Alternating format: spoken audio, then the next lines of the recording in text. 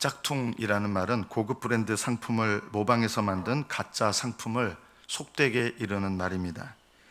이 짝퉁도 등급이 있습니다. SA 등급, A등급, B등급, C등급, 보통 4단계로 나뉘어진다고 합니다. 중국 같은 데 가서 보면 매장에서 파는 제품들은 보통 B등급, C등급의 짝퉁들입니다. 겉으로는 가죽으로 되어 있는 것 같은데 속에는 이제 비닐로 되어 있다든지 뭐 이런 것들은 보통 C급, B급입니다. A급은 매장에서 직접 이렇게 나오지 않습니다. 좀 숨겨져 있습니다. A급들은요. 그래서 이 A급은 가죽 재질이 부드럽고 버클 같은 데 사용하는 금속도 아주 튼튼하다고 합니다. SA급이 있는데 이 스페셜 A죠. 스페셜 A. 이 스페셜 A급은 짝퉁이긴 한데 아주 장인이 거의 진품과 다름없이 만든, 일반인은 도저히 그게 진품인지 가품인지를 구별할 수 없을 정도로 전문가가 만든 거의 진품 같은 짝퉁이 SA급, 스페셜 A급입니다. 이 SA급은 특징이 있습니다. SA급은 명품이 많죠. 그래서 명품 SA급이기 때문에 AS도 된답니다. 저는 이런 걸 사본 적이 없어서 그런데 SA급 짝퉁은 AS도 됩니다. 거기에다가 가격은 진품의 4분의 1 정도입니다. 웬만한 전문가가 아니면 도저히 가짜인지를 도저히 알아볼 수 없는 그런 질도 굉장히 뛰어나답니다. 믿음도 비슷한 면이 있습니다. 어느 누가 봐도 저 사람 믿으면 엉터리 하면 그건 좀 C품, C급이에요. 누가 봐도 저 사람 믿으면 엉터리. 안 믿는 사람이 보든 믿는 사람이 보든. B급 짝퉁 믿음은요, 교회 다니는 사람은 잘 몰라요. 교회에서는 굉장히 믿음 있는 것처럼 하기 때문에. 그러니까 누가 알아보느냐? 가족들이 이 사람, 우리 가족 이 사람 믿으면 가짜예요 하면 이 사람은 B급 짝퉁 믿음이에요. B급. A급 짝퉁 믿음은 가까운 사람들도 잘 분간을 못합니다. 그래서 정말 믿음 같아 보이는 거예요. 믿음 같아 보여요. 잘 분간을 못해요. SA급, 스페셜 A급 짝퉁 믿음은요, 이거는 너무나 비슷해서 본인도 몰라요. 본인도 내 믿음이 진짜 믿음인지 가짜 믿음인지 모를 정도로 본인은 진짜 믿음이라고 생각합니다. 근데 하나님 보시기에는 아닌 믿음이에요. 본인도 진짜 믿음이라고 생각하고 주변 사람들도 진짜 믿음이라고 생각하는데 하나님 보시기에는 아닌 SA급 짝퉁 믿음도 있습니다. 마태복음 7장 22절에 보면 그날에 많은 사람이 나더러 이르되 주여 주여 우리가 주의 이름으로 선지자 노릇하고 주의 이름으로 귀신을 쫓아내고 주의 이름으로 많은 권능을 행하지 않았습니까? 본인들도 당연히 본인들은 하늘나라에 들어갈 믿음이라고 생각한 거예요. 그런데 주님께서 인정을 안 해주시는 거예요. 그때 내가 그들에게 밝히 말할 것이다. 내가 너희를 도무지 알지 못하니 불법을 행하는 자들아 내게서 떠나가라 하리라. 이들은 본인이 믿음들이 있다고 생각하는데 주님께서 보시기에는 불법을 행하는 거예요. 불법이 뭡니까? 불법이 못된 짓 하고 돌아다니고 꼭 그것만은 아니에요. 불법이 뭐냐면요, 주님께 순종하지 않는 거역함이에요. 주님께 불순종하는 거.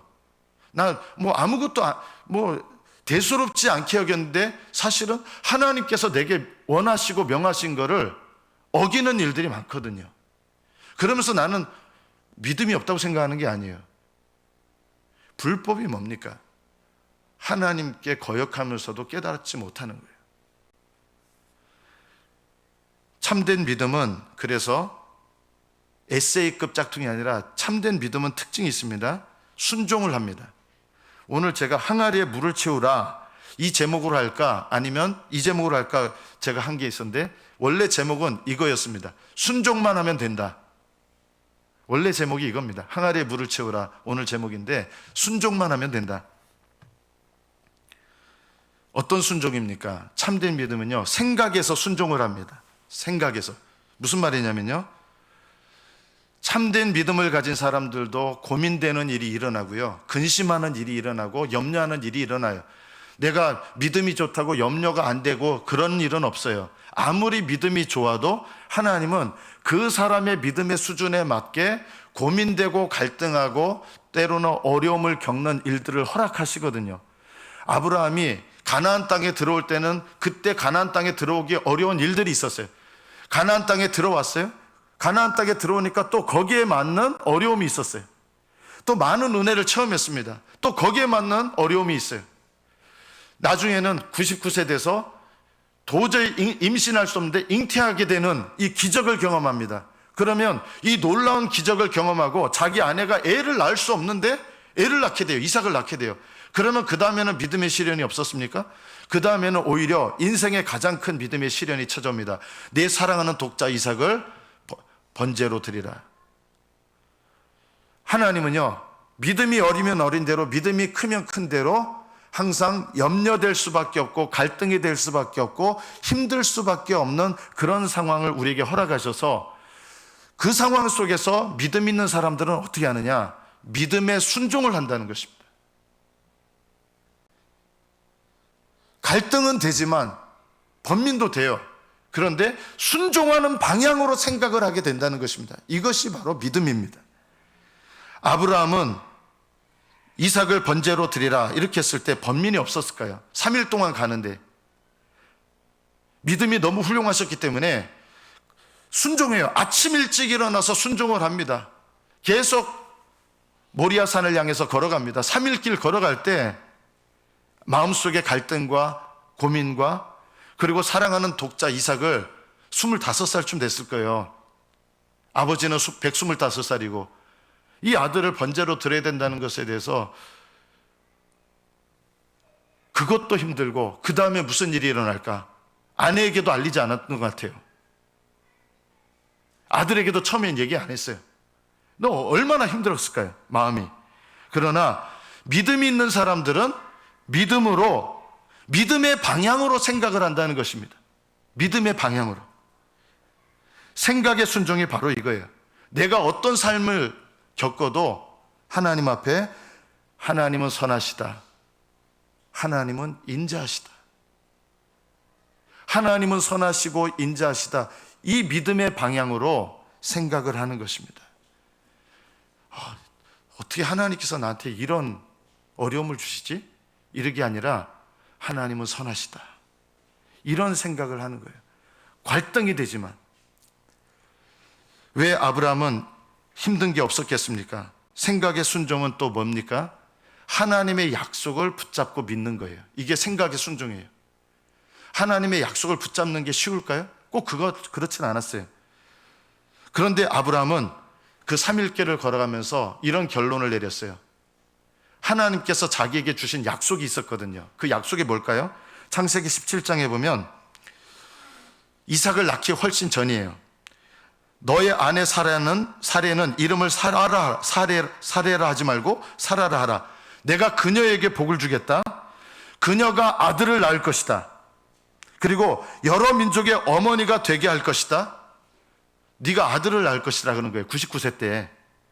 그리고 아브라함이 이게 너무 웃긴 거예요, 처음에는. 그래서 엎드려서 하나님께 엎드리면서 마음속으로 100세 된 사람이 어떻게 자식을 낳습니까? 이렇게 속으로 빙긋 웃은 거예요. 하나님 말씀이 좀 황당하다고 느낀 거예요. 그런데 하나님, 하갈로부터 난 이스마엘이나 제 아들이 되면 그걸로 족합니다. 그러자 하나님께서 말씀하셨어요. 너의 아내 사라가 너에게 아들을 낳을 것이다. 분명히 말씀하셨어요. 그리고 너의 아내 사라가 아들을 낳으면 그 이름을 이삭이라 하라. 그리고 내가 그와 언약을 세우리니 그의 후손에게 영원한 언약이 될 것이다. 이삭을 낳게 될 건데 그를 통해서 영원한 언약을 세우신다는 거예요. 자, 그런데 그 당사자가 누구예요? 이제 이삭을 낳았고요.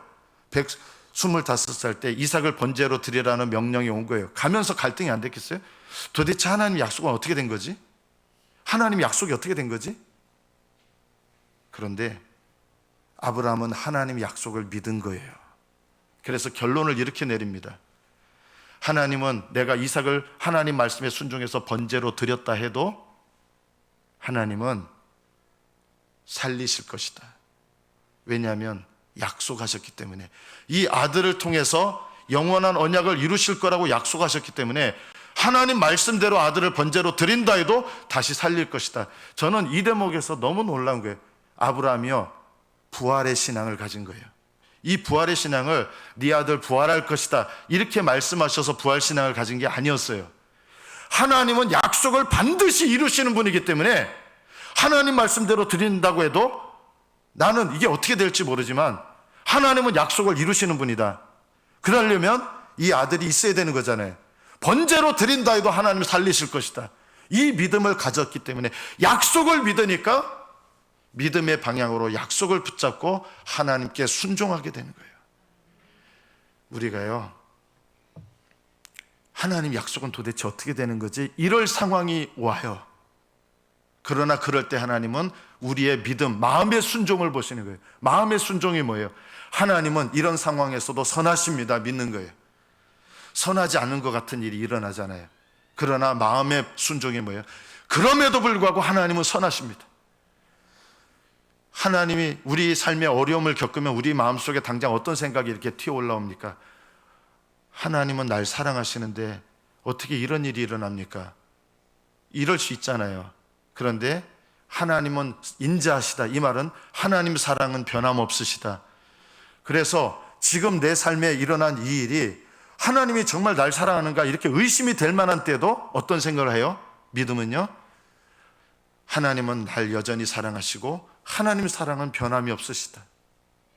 하나님은 변함이 없으시기 때문에 하나님은 나에게 이 일을 사용하셔서 나에게 하나님이 날 사랑하시는 것을 나타내실 것이다. 이 믿음을 갖는 거예요. 이것이 바로 생각의 순종입니다. 참된 믿음의 특징은 뭐냐? 생각의 순종을 한다는 것입니다. 고린도후서 1장 20절에 보면 하나님의 약속은 얼마든지 그리스도 안에서 예가 되니, 예스가 되니, 그런즉 그로 말미암아 우리가 해야 될 일이 있어요. 아멘 해야 돼요. 우리가 아멘하여 하나님께 영광을 돌리게 되느니라. 이게 입으로도 아멘이고 마음으로도 아멘이에요. 하나님 약속은 아멘입니다 하면 하나님은, 우리 상황을 보면 도대체 이게 하나님 약속에 맞아 이럴 텐데 하나님 약속은 변함이 없어. 이 믿음이 있기 때문에 하나님 약속에 대해서 나는 아멘입니다, 확고합니다 이러면 이게 내가 해야 될 일이다. 내가 할 일을 하면 하나님은 하나님께서 하실 일을 하시는 거예요. 하나님 하실 일이 뭐예요? 약속을 이루시는 일. 내가 약속을 이루는 게 아니에요. 약속을 믿는 게 내 일이고, 이 나의 일을 하면 하나님은 하나님의 일을 하신다. 약속을 이루신다. 히브리서 13장 5절에 돈을 사랑하지 말고 있는 바를 족한 줄로 알라. 이게 내가 할 일이에요. 그러면 하나님은 어떻게 하세요? 내가 결코 너희를 버리지 아니하고 결코 너희를 떠나지 아니하리라. 너희들 필요를 채울 것이다. 필요를 채우시기 전에 내게 어떤 상황이 와요? 돈 문제가 생겨요. 그것 통해서 하나님께서 내가 이 돈 때문에 하나님 앞에 원망하고 하나님을 떠나지 않는지 그 믿음을 나에게 먼저 보시는 거예요. 그래서 내가 해야 될 일이 뭐예요? 지금 돈 때문에 어렵고 정말 상황이 어려워요. 그래도요, 하나님 날 떠나지 않으시고 날 버리지 않으심을 믿습니다. 그러면서 나와 함께 하시는 하나님을 의지하는 거예요. 이게 내가 할 일이에요. 이 일을 하면 하나님은 어떻게 하세요? 떠나지 않으시고 버리지 않으시고 내가 염려하는 문제를 하나님 방법대로 해결해 주세요. 이게 하나님의 일이에요. 빌립보서 4장 6절에 우리가 할 일이 있습니다. 아무것도 염려하지 말고, 염려될 일이 오니까 염려하지 말라고 명령하겠죠. 염려하는 일이 안 오면 염려하지 말라는 명령을 할 필요가 없어요. 염려하는 일이 와요. 저도 염려에 사로잡히는 일들이 얼마나 많은지 몰라요. 염려가 와요. 교회 일로도 염려가 오고요, 자식 때문에도 염려가 오고요, 염려가 와요. 그러나 주님께서 우리가 해야 될 일 말씀하시는 거예요. 염려하지 마라. 아무것도 염려하지 말고 뭘 하라고 하셨어요? 두 번째, 모든 일에 기도와 간구로. 세 번째, 마음의 태도예요. 감사함으로 하나님께. 네 번째, 아뢰라. 알게 하라요. 이게 네 가지예요. 아무것도 염려하지 마라. 오직 모든 일에 기도와 간구로. 세 번째, 감사함으로. 어떤 상황에서도 원망하지 말고 감사하는 마음을 잃어버리지 말라는 거예요. 쉽지 않죠? 그러나 하나님 이걸 보시는 거예요. 네 번째, 아뢰라, 알게 되리라. 하나님께 말씀드려야 돼요. 그러면 모든 지각에 뛰어난 하나님의 평강이 그리스도 예수 안에서 너희 마음과 생각을 지키시리라. 이게 하나님 하시는 일이고요. 그 다음에요, 여러분이 근심하고 염려하는 일들 하나님께서 도우시고 함께 하세요. 역사하세요. 이게 하나님께서 하시는 일이에요. 염려하는 문제를 하나님 허락하십니다. 마음의 고통이 되는 문제들 허락하십니다. 왜요? 우리의 믿음의 반응을 보시는 거예요. 두 번째, 믿음은 특징이 있다 그랬습니다. 참된 믿음은 하나님의 약속을 믿고 믿음의 생각을 하는 게 참된 믿음의 특징이에요. 믿음의 생각을 하십시오. 염려도 오고 이러면 안 되지 하는데, 참된 믿음은 하나님께서 기뻐하시는 믿음의 생각을 하라. 두 번째, 참된 믿음은 행동으로 순종합니다. 겉으로라도. 믿음은 순종합니다. 항아리에 물을 채우라 그랬어요. 항아리가 모두 몇 개였습니까? 항아리가 조그마한 항아리가 아니고요, 두세 통 드는 항아리이기 때문에 이스라엘 사람들은 정결 예식에 쓰는 항아리가 엄청나게 큽니다. 밑에서부터 한 이 정도 올라오는, 여러분 그 김장 담글 때 항아리 아시죠? 커다란 항아리, 완전 그 특대형 항아리. 그 김장 담글 때 항아리보다 더 큽니다. 어떤 데는. 그게 이제 6개가 있는 거예요. 사람들 들어올 때마다 손 씻고 이렇게 하나님께 예배해야 되기 때문에. 근데 이 항아리에 6개가 있었는데 주님께서 명령하신 게 있어요. 어떤 상황에 포도주가 없었어요. 지금 잔치를 벌이고 있는데 포도주 준비된 게 떨어져가지고 손님들이 많이 왔는지 예상보다 손님들이 많아가지고 포도주가 떨어진 거예요, 중간에. 이러면요, 이거는 혼주들에게 망신이에요. 아마 예수님의 어머니가 혼주였을 가능성이 높아요. 예수님 여동생들이 결혼했을 가능성이 높다, 제가 봤을 때는. 하여튼 혼주였어요. 그래서 장남에게, 예수님에게 포도주가 없다, 포도주가 없어. 이러니까 예수님께서 여자여, 그게 나하고 무슨 상관입니까? 했지만 이 어머니는 예수님께 그렇게 말씀드렸나요? 종들한테 이렇게 얘기해요. 예수님이 무슨 말씀을 하시든지 너희는 그대로 하라, 이렇게 명령을 해요. 그래서 종들이 어떻게 할까요? 물었어요. 그러자 예수님께서 6개 그 물 항아리, 돌 항아리가 있는데 거기에 물을 채우라 명령한 거예요. 이해가 안 되죠? 지금 포도주를 구해야 되는 때인데 포도주를 구하러 빨리 어디 가서 빌려와, 이렇게 명령을 해야 되는데 이해가 안 되는 명령이에요. 돌 항아리 6에 물을 채우라. 지금 포도주를 구해야 될 중요한 때인데 이거 하면 됩니까? 그 항아리 하나마다 물 기르려면 종들이 거기 매달려가지고 거기에 시간을 들여야 되잖아요. 왜 이렇게 해야 됩니까? 이렇게 물을 수도 있어요. 그런데 종들은 주님께서 명령하신 거에 토를 달지 않고 어떻게 했어요? 순종한 거예요. 왜 이렇게 하는지 마음속에는 생각이 들었겠어요? 안 들었겠어요? 당연히 들어요. 아니, 물 채워서 뭘 하지? 여러분, 물이 포도주 바뀌지 않잖아요. 지금 바쁜 이때 왜 물을 채우라 그러지? 그리고 항아리에 물을 채우라 했는데 항아리가 우리말에는 항아리 단수로 되어 있는데 성경 원문은 복수형이에요. 그러니까 6개 항아리 다 물을 채운 거예요. 하나 채우는 것도 힘든데 6개 다 채우라 그러는 거예요. 우리는 주님께서 행하실 일을 알지 못할 때가 많아요. 주님께서 종들아, 너희가 항아리에 물을 채우면 그 다음에 다 채운 다음에 내가 물을 포도주로 만들 것이다, 이렇게 말씀하지 않았어요. 종들은 영문을 모르지만 순종한 거예요. 마음속에는 이해가 안 되는데 순종한 거예요. 이게 순종이에요. 하나님은 저와 여러분에게 때로는 이해되지 않는 상황 속에서 이해가 되지 않는 명령을 주시는데 우리에게 뭘 원하시느냐? 이해가 되지 않아도 마음속에는 이해가 되지 않아요. 왜 도대체 이거 하라는 거지 하는데 뭐는 순종하는 거예요? 몸은 순종하는 거예요. 아니, 이거 붙는다고 뭐 되는가 하는데 붙는 순종을 하고 있는 거예요. 6개 항아리 채우고 있잖아요. 이거 뭐 하나도 아니고 왜 6개를 다 채워야 돼? 시간도 없는데. 그래도 몸은 순종한 거예요. 이게 순종입니까? 아닙니까? 마음속에 도대체 왜 이렇게 해야 되지? 도대체 이게 무슨 뜻이야? 이해가 안 되는데 몸은 순종한 거예요. 이거 순종입니까? 아닙니까? 순종입니다. 이게 순종이에요. 이해가 되지 않아도 순종했어요. 어떻게 하려는지 이해가 되지 않고 주님이 나에게 아무것도 말씀하지 않아요. 도대체 왜 이런 일이 일어난지 몰라요. 그러나 이해가 되든 안 되든, 그게 믿어지든 믿어지지 않든, 믿어지지 않을 수도 있어요. 왜 이렇게 하시는지. 그러나 말씀대로 내가 몸으로 행동하는 것, 이 순종을 보시는 거예요. 이게 믿음이다. 하인들이 돌 항아리에 물을 채우지 않았으면 어떻게 됐을까요? 아무 일도 일어나지 않았을 것입니다. 주님께서는 그들이 순종하여 수고하는 것을 보시고 물을 채운 다음에 물을 포도주로 바꾸셨어요. 하나 채우면 그 다음 바꾸시고, 두 번째 항아리 채우면 그 다음 바꾸시고 아니라 6개의 항아리에 다 채운 다음에, 이게 순종이에요. 끝까지 순종한 거예요. 그 다음에 주님은 물을 변하여 포도주가 되게 하셨습니다. 주님께서 아무것도 하지 말고 가만히 있으라면 가만히 있는 게 순종이에요. 무엇인가를 행동하라 하시면 행동하는 게 순종이에요. 주님께서는 이들에게 너희들의 마음 갈등 겪지 마라, 갈등 겪지 않는 게 순종이지만 여기서 뭘 명령하신 거예요? 돌 항아리에 물을 채우라. 그래서 순종한 거예요. 이게 순종이에요. 주님은 날마다 죄를 정결케 하시겠다는 약속을 주셨어요. 그럼 여러분이 해야 될 일은 뭐예요? 그 죄를 주님께 갖고 나가서 고백만 하면 돼요. 그러면 주님은 씻어주세요. 여러분 보고 죄를 다 씻어라, 그러면 주님 십자가도 필요 없고 주님 오실 필요도 없잖아요. 우리가 해야 될 순종은 뭐예요?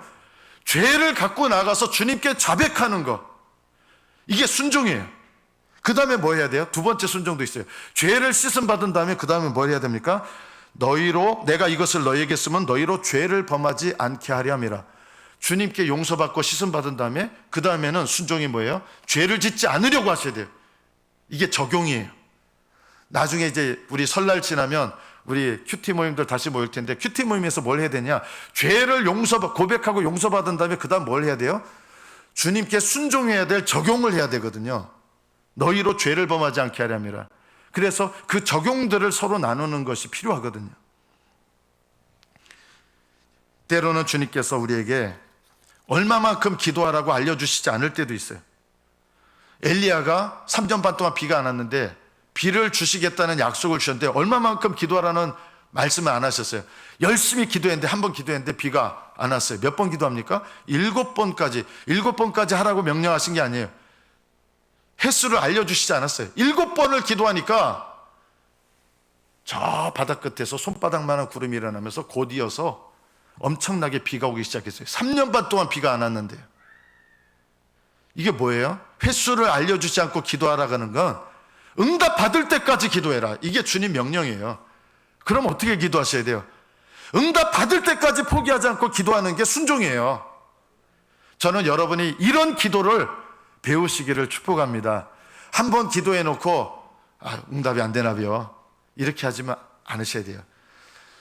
횟수를 알려주지 않는 기도는 응답 받을 때까지 기도하라, 이것이 주님 명령이에요. 그리고 이건 약속이에요. 이 약속 붙잡고 응답 받을 때까지 기도하십시오.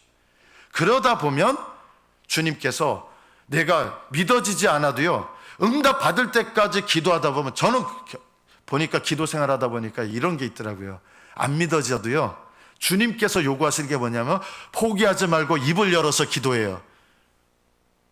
그러니까 믿음이 있어서 항상 기도한 건 아닌데 기도를 포기하지 않고 기도한 거예요.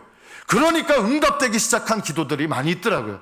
그때 깨달은 게 있어요. 하나님 보시는 순종이 뭐냐? 포기하지 않고 기도하는 것, 믿어지지 않아도 기도하는 것, 하나님께서 응답하실 때까지 기도하는 것, 이 순종을 보시는 거예요. 그래서 염려하지 말고, 아무것도 염려하지 말고, 의심이 돼요? 염려가 돼요? 두려워요? 그래도 기도하세요. 그게 순종이에요. 이런 기도를 하다 보면 하나님의 응답을, 그 순종을 보시고 응답하십니다. 나아만은 7번 하나님이 횟수를 정해줬어요. 7번 들락날락해라, 요단강물에. 요단강물이 더럽거든요. 흙탕물이에요. 지금도 흙탕물이에요. 옛날에도 흙탕물이에요. 들어가고 싶은 마음이 안 들은 흙탕물이에요. 그래가지고 그래도 7번을 순종하니까 깨끗하게 하신 거예요. 6번까지 하면 많이 깨끗하게 하시고, 이렇게 한 게 아니라 7번까지 순종하라 했을 때는 7번까지 채워야 깨끗하게 하시는 거예요. 이게 순종이에요. 7번까지 하라 그랬는데 6번까지 하면 순종입니까? 아닙니까? 아닙니다. 7번까지 하라 했으면 7번까지 하는 게 순종이고, 횟수를 정해주지 않았으면 응답받을 때까지 하는 것이 순종이다. 이런 순종을 여러분이 배울 때 하나님 응답하시고 나타내시는 거예요. 이스라엘 백성들에게 여리고성을 하루에 한 바퀴씩 돌아라, 그리고 마지막 날에는 7바퀴 돌아라. 그 사람들이 이런 말이 할 수 있잖아요. 아니, 오늘 전쟁해야 되는 날인데 맨 마지막 날 전쟁해야 되는 날에 7바퀴 돌면 힘 다 빼놓고 뭐 어떻게 하라는 겁니까? 얼마든지 이런 불평을 할 수 있잖아요. 아니, 힘 다 빼놓고 전쟁하라는 겁니까? 오히려 7째 날에는 쉬어야죠. 이렇게 할 수 있는데, 주님 명령은 뭐예요? 하루에 한 바퀴씩, 그리고 마지막 날에는 7바퀴 돌아라. 말씀대로 순종했어요. 그리고 소리 질러라. 와 하니까 여리고성이 확 다 무너져 버려요. 이것이 순종입니다. 이스라엘 백성이 돌면서 의심이 안 들었겠어요? 아, 이거 한다고 뭐 성이 무너지나? 돌멩이 하나도 안 떨어지는데, 하루 한 바퀴 돌아도 벽돌 하나 안 떨어지고, 7바퀴 6일째 되는 날에도 아무 벽돌 하나 떨어지는 것도 없고, 아니, 이런 걸 한다고 뭐가 변화되나? 아마 이런 의심이 일어났을지 모르지만, 그래도 그들의 몸은 뭘 하고 있는 거예요? 도는 순종을 했잖아요.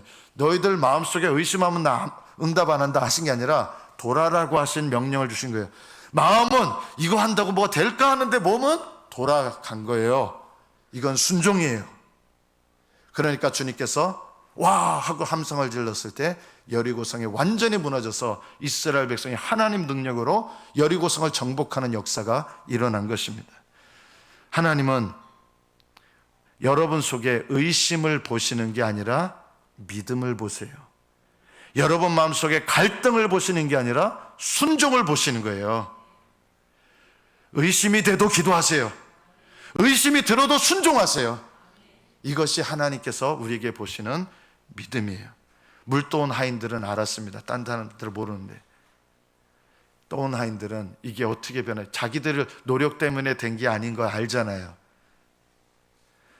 하나님의 은혜를 경험하는 사람은요, 내가 주님께 순종하지만 내가 아니요 주님께서 하셨습니다. 이 믿음을 갖게 돼요.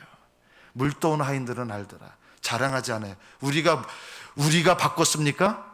우리가 물로 포도주를 바꿨습니까? 순종만 한 건데 주님께서 일하신 거예요. 그래서 자랑할 게 없는 거예요. 정말 주님께서 일하시는 것을 경험하면요, 내가 자랑할 게 없다는 거 알아요. 물도온 하인들은 알아요. 내가 물 떠났다고 그것 때문에 포도주로 바뀐 게 아니에요. 그러나 내가 물 뜨는 순종이 없이는 포도주로 바뀌는 역사도 일어나지 않습니다. 오늘 마지막 말씀, 물을 채우라. 여러분에게 이 말씀을 통해서 무엇을 말씀하십니까? 여러분도 물을 채우셔야 됩니다. 물은 말씀이고 복음입니다. 우리로 말하면 물과 성령으로 거듭난다 그랬잖아요. 성령께서 거듭나게 하시는데 복음의 말씀을 전해야 돼요. 복음의 말씀을 전할 때 성령께서 거듭나게 하셔요. 물이 필요해요. 여러분도 물을 채우셔야 돼요. 마태복음 4장 4절에 보면 예수께서 대답하여 이르시되 기록되었으되 사람이 떡으로만 살 것이 아니요 하나님의 입으로부터 나오는 모든 말씀으로 살 것이다. 여기 모든 말씀이 뭐냐면요, 말씀이란 말은 이 말씀이 아닙니다. 사람이 떡으로만 살 것이 아니요 하나님 말씀으로 사는데, 이 말씀이 아니라 이 말씀을 부지런히 읽으시고 이 말씀을 기도하면서 읽으시고 순종하면서 읽으시면 이 기록된 말씀이 성령께서 역사하시는 말씀이 돼서 나에게 주시는 말씀이 돼요. 기록된 말씀이 성령의 역사에서 나에게 주시는 말씀, 이걸 뭐라 그러냐면 레마라 그래요. 이건 로고스의 말씀이고, 이 로고스의 말씀을 기도하는 마음으로 순종하는 마음으로 사모하는 마음으로 말씀을 읽으면 성령께서 역사하셔서 나에게 주시는 말씀, 레마의 말씀이 되는 거예요. 이 레마의 말씀이 내 영혼을 살게 하고 생명을 주는 말씀이에요. 바리새인과 서기관들은 성경을 열심히 읽었는데요, 뭘 안 했을까요? 교만한 마음으로 읽었어요. 말씀을 읽어도 불순종했어요. 그러니까 로고스의 말씀에 지식은 많아지는데 레마의 말씀이 없는 거예요. 그래서 성경을 열심히 읽는데 생명이 없어요. 여러분이 성경 말씀을 읽으면서 기도하면서 순종하면서 사모하면서 겸손한 마음으로 말씀을 받으면 하나님의 성령께서 여러분에게 주시는 말씀으로, 레마의 말씀으로 여러분의 심령 가운데 생명의 말씀 되게 하시는 거예요. 이게 바로 물을 채우는 거예요. 물을 채우는 게 뭐예요? 여러분이 해야 될 일, 말씀 읽으시고 묵상하시고 순종하는 마음으로 말씀 읽으시고 기도하면서 말씀 읽는 거, 이게 여러분이 해야 될 일이에요. 그러면 이 말씀을 통해서 내 영혼 가운데 생명의 말씀을 주시는 것은 하나님의 일입니다. 내가 하는 일을 감당하면, 순종함으로 감당하면 하나님은 하나님의 일을 하십니다. 날마다 기도하셔야 됩니다. 시간 정해서 기도하셔야 됩니다. 여러분 이거 꼭 훈련하세요. 날마다 기도하는 훈련, 이게 여러분이 해야 될 일입니다. 이것이 여러분이 물을 붓는 것과 같은 순종입니다. 하나님은 날마다 빠지지 않고 사모하는 마음으로 기도하는 습관을 가지면 하나님은 그 사람에게 귀한 영적인 은혜를 주십니다. 영적인 은혜로 자라갈 때 보통 하나님께서 하시게 하는 일이 있어요. 날마다 기도하는 습관을 갖게 하십니다. 이 습관을 갖는 것도 여러분이 해야 될 순종입니다. 하나님 앞에 말씀을 읽으시고 날마다 기도하시고, 그러면 여러분이 물을 채우는 돌항아리가 돼서 하나님께서 그것을 은혜로 변화시키시고 생명으로 변화시키시는 역사를 하십니다. 기도할 때 하나님의 임재를 경험하고 하나님의 은혜를 경험하게 됩니다. 이 은혜를 경험하면서 기도의 재미가 있고 기도의 맛을 느끼고, 기도하는 게, 저도 예전에는 청년 시절에 도대체 저 기도 매일마다 기도하시는 분이 있었어요. 교회에 와가지고 무슨 재미가 있어서 저렇게 하지? 재밌더라고요. 하나님 은혜를 경험하고 하나님 사랑을 경험하고 응답을 경험하니까 기도하는 게 즐겁고, 기도하기 전에는 알지 못하는 그런 기쁨과 은혜들을 경험하기 시작합니다. 기도하며 순종하는 것, 이것이 우리가 해야 될 일입니다. 우리가 이 돌항아리에 물을 부을 때 주님께서 그래서 그 물을 포도주로 바꾸시는 은혜 역사를 일으키는 거지, 주님께 물 부라고 한 것을 내가 하지 않으면 아무 일도 일어나지 않습니다. 우리는 우리의 수고를 다하고 이렇게 고백해야 됩니다. 우리는 무익한 종입니다. 종들이 안다 그랬잖아요. 우리는 무익한 종입니다. 우리는 우리가 해야 될 일을 한 것뿐입니다. 그리고 모든 영광을 주님께만 돌리는 것입니다.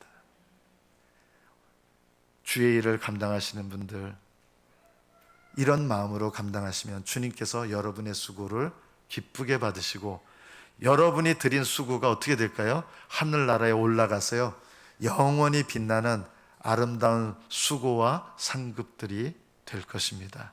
여러분이 이 땅에서 채운 아름다운 물이 하나님께서 영광스럽게 변화시키시는, 영원히 변화시키시는 은혜가 저와 여러분의 삶에 넘치시기를 축복합니다.